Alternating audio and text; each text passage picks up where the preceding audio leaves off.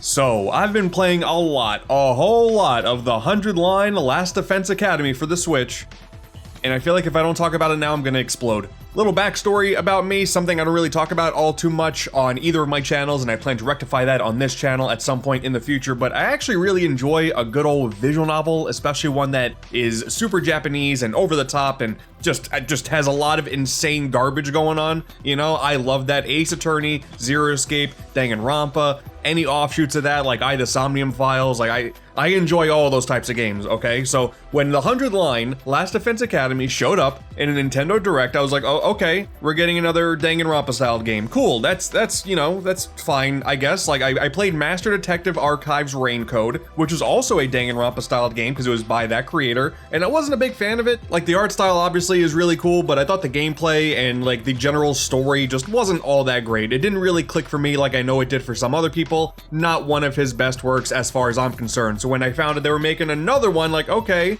and it's gonna be a tactical RPG, that's different. But it's in a school again? You're doing Danganronpa again? Okay. But no.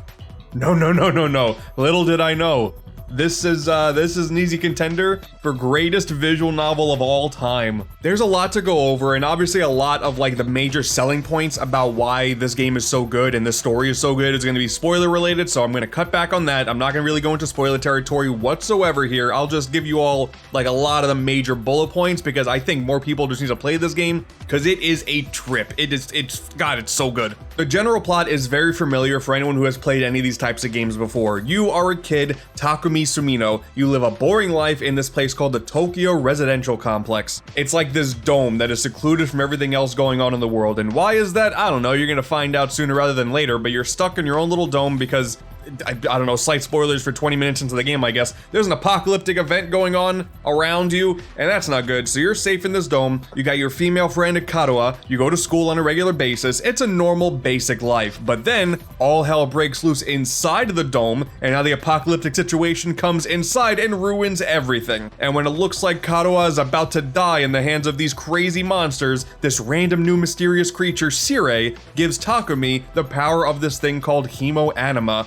Essentially this crazy little like modified blood that allows him to transform and just demolish anything in his path. And then, okay, you know, that's the typical anime stuff. It's whatever basis for the rest of the game. You get moved on into the Last Defense Academy. You're in the middle of nowhere. There's 14 other students. It's very Danganronpa, like right out of the gate. But unlike any death game scenario that the Danganronpa games had in store, this game is actually all about teaming up with your companions to defend the school for 100 days against school invaders because you're trying to protect something that is under the school that is supposed to be the key to humanity. It all seems so similar to what this writer has done before, but one of the major things that's different is you do actually get to trust the people they are in this school with. I'm not going to say all the characters are perfect. I don't want to leave anyone with any crazy expectations going out of the gate because obviously there's ebbs and flows to everybody. There's crazy twists that go on 20-30 hours into the story, but I do love this cast of characters, and unlike Danganronpa where characters are just falling off left, right, and center, you have a lot of time to hang out with every single one of them and grow attached to each and every single one of them. I love this cast of characters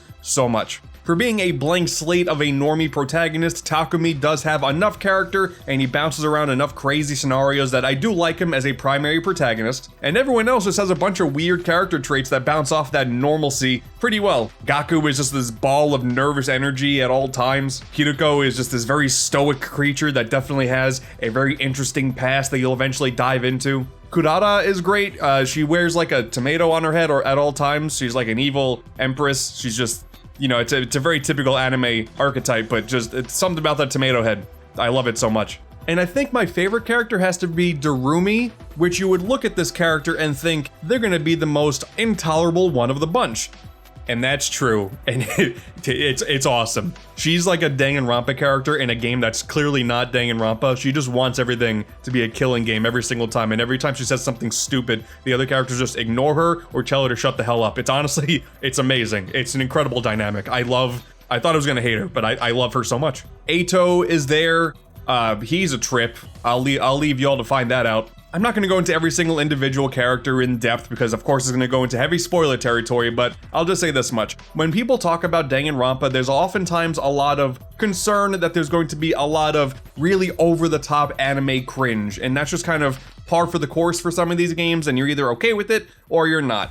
In a lot of cases, I am cool with it, and I can say for the majority of this adventure, it is definitely not as cringe as some of those games tend to be. There's still some cringe. There's this character, Shoma, who just really loves being just the worst guy ever. He just thinks he's the worst guy ever, and he should always be picked on, and it gets to be a little bit much at times. But besides that, the most kind of cringy stuff that you're dealing with is oftentimes there's no spoken dialogue, and whenever a new text box shows up, it's usually just accompanied by like a, okay, huh? And there's just like noises and stuff.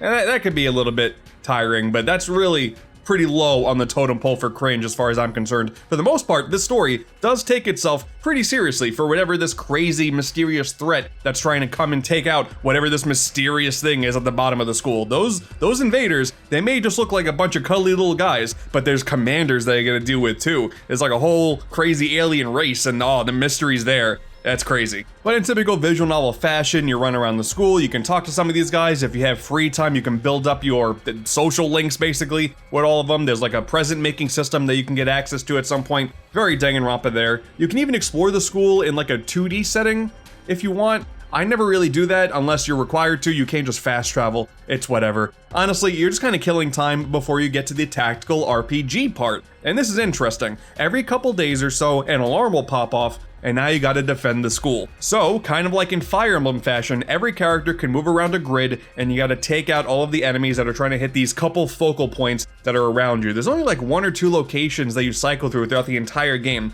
Every battle configuration is different because sometimes you go to different parts of the school, like surrounding it, sometimes only one area, sometimes you got all 4.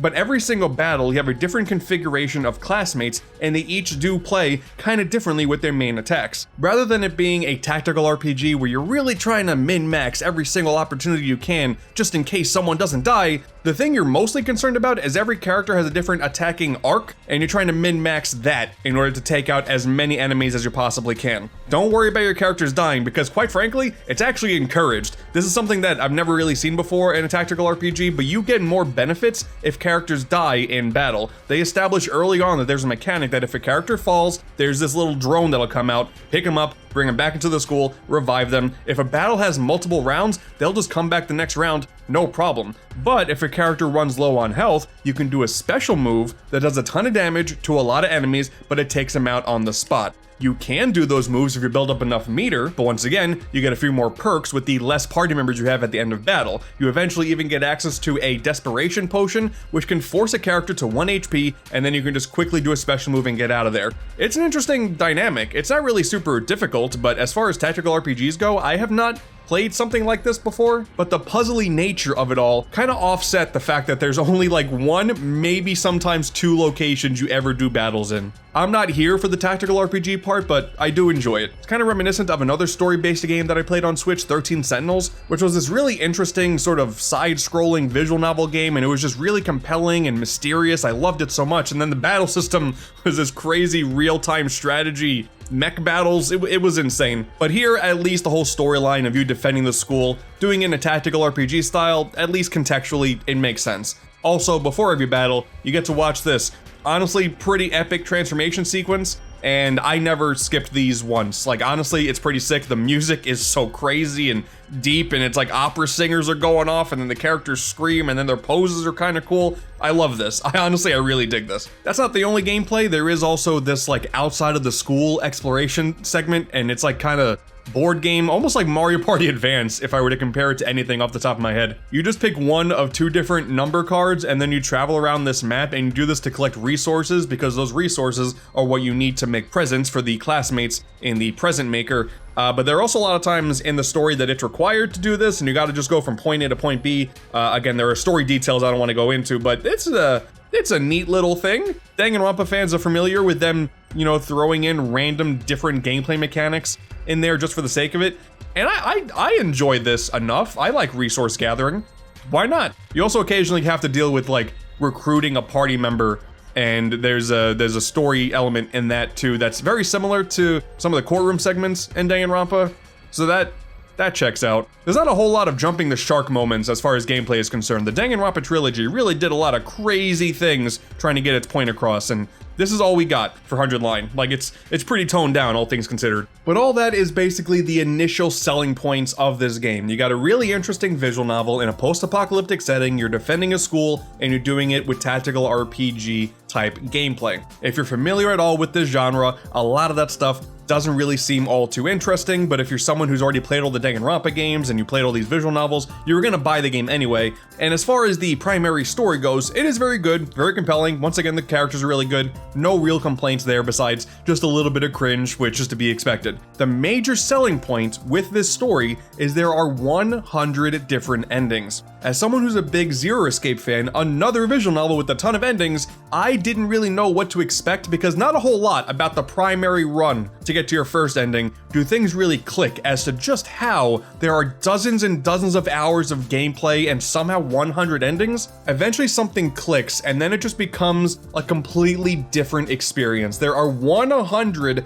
different endings in this game. The amount of unique dialogue, it has been described to have as much dialogue that can fill 60 novels, and a heavy majority of that dialogue is unique. It's not all spoken, but as far as the written dialogue is concerned, I'm not gonna lie to you, I haven't gotten all 100 endings yet. That's a lot of time. But even though there are some scenarios where some dialogue is kind of similar, it's been unique the entire way through, which is amazing. There are so many different things that go on in this story that make sense in the rules they establish with this world, and it needs to be commended, and it's unfortunately not something I can super go into without going into more spoilers. I'll just say this much, there'll be multiple moments in this game where things just click for you, and when they do, you'll realize you're playing one of the good ones. Going into the history of why this game exists as the way it does and the development studio, it is so fascinating, and I have such a massive appreciation for what they were able to pull off. So 100 Line comes from the studio at 2Kyo Games. It was a studio formed by the Danganronpa creator Kazutaka Kodaka